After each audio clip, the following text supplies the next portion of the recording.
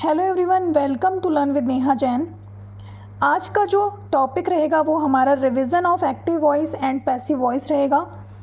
Active passive voice की मैंने एक प्लेलिस्ट बनाई हुई है जिसमें मैंने आपको tense wise active voice passive voice discuss किया हुआ है। लेकिन आज जो है वो हम रिवीजन करेंगे एक्टिव वॉइस क्या होता है और पैसिव वॉइस क्या होता है, और उसके बाद इसके कुछ एग्जाम्पल्स देखेंगे। यदि किसी वाक्य का कर्ता क्रिया का संपादन करता है तो उस वाक्य में प्रयुक्त वर्ब को एक्टिव वॉइस में होना समझा जाता है। जैसे मान लीजिए राम टीचेस, तो राम यहाँ पर एक्टिव है, राम हमारा सब्जेक्ट है, इसीलिए ये जो सेंटेंस है वो एक्टिव वॉइस में है। ठीक, अब पैसिव वॉइस में क्या होता है, यदि किसी वाक्य का कर्ता सक्रिय नहीं हो, क्रिया का संपादन नहीं करता हो, बल्कि क्रिया उसी पर संपादित होती हो, तो प्रयुक्त वर्ब को पैसिव वॉइस में होना समझा जाता है। जैसे मान लीजिए राम यहाँ पे सब्जेक्ट है, राम को पढ़ाया जाता है, सब्जेक्ट पर काम हो रहा है, सब्जेक्ट खुद एक्टिव नहीं है, इसीलिए ये पैसिव वॉइस है। राम इज़ टॉट, राम को पढ़ाया जा रहा है। ओके, आई थिंक आपको समझ में आया होगा। अब हम लोग एग्जाम्पल्स देखते हैं। तो यहाँ पे प्रेजेंट इंडेफिनिट टेंस से रिलेटेड एग्जाम्पल्स हैं। पहला है अफर्मेटिव सेंटेंस। अफर्मेटिव सेंटेंस में शी राइट्स अ लेटर, तो शी राइट्स अ लेटर का हमें अगर पैसिव बनाना है, हम सब्जेक्ट को ऑब्जेक्ट बनाएंगे, ऑब्जेक्ट को सब्जेक्ट बनाएंगे। अ लेटर इस क्यों लगाएंगे, क्योंकि यहाँ पे जो हमारी वर्ब है वो राइट्स है।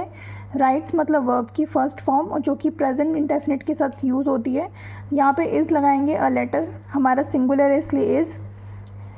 वर्ब की जो फॉर्म है उसे हम ऑलवेज पैसिव बनाते वक्त थर्ड फॉर्म में कर देंगे, तो राइट्स का हो जाएगा रिटन।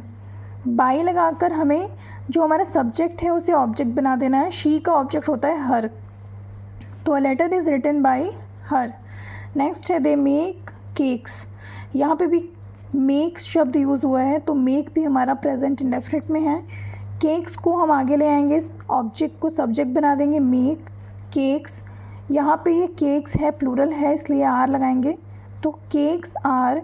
मेक का मेड हो जाएगा, वर्ब की थर्ड फॉर्म। बाई दे का object them.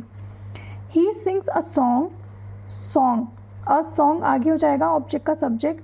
A song is संग, सिंग्स का थर्ड फॉर्म संग, बाई ही का हिम।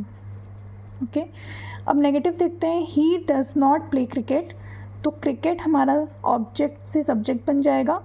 यहाँ पे इस लगाएंगे क्योंकि यहाँ पे प्ले है, वर्ब की फर्स्ट फॉर्म इज़, और क्रिकेट हमारा सिंगुलर है, इसलिए इज़ नॉट प्लेड हो जाएगा, वर्ब की थर्ड फॉर्म का यूज़ करेंगे हमेशा, by him. She does not teach English, तो इंग्लिश इज़ नॉट, टीच का third form taught, by she का हर।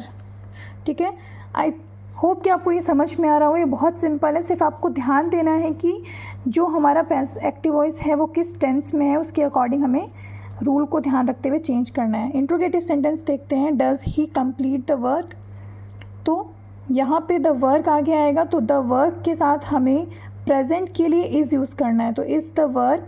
कंप्लीट का कंप्लीटेड वर्ब की थर्ड फॉर्म यूज़ होगी, बाई ही का हिम।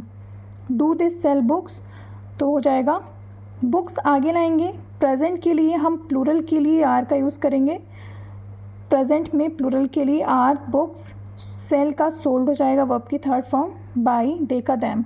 ओके, और यहाँ ये इंट्रोगेटिव है तो लास्ट में क्वेश्चन मार्क रहेगा।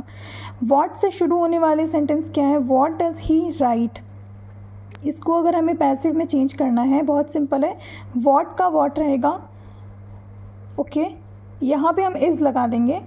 राइट का रिटन वर्ब की थर्ड फॉर्म में चेंज करते हैं, इसलिए रिटन बाई ही का हिम।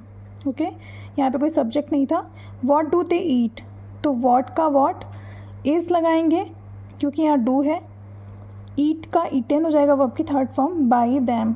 ओके, अब नेक्स्ट कुछ और एग्जांपल है इंट्रोगेटिव से रिलेटेड। वाई से रिलेटेड है, तो why does he open the door, तो why is.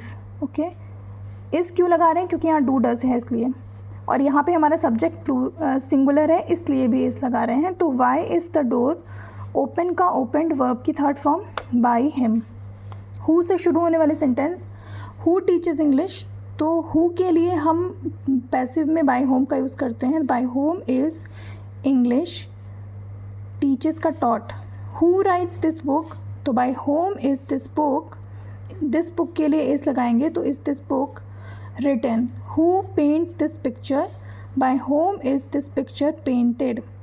Okay, I hope कि आपको ये समझ में आया होगा revision session. Thanks for watching guys.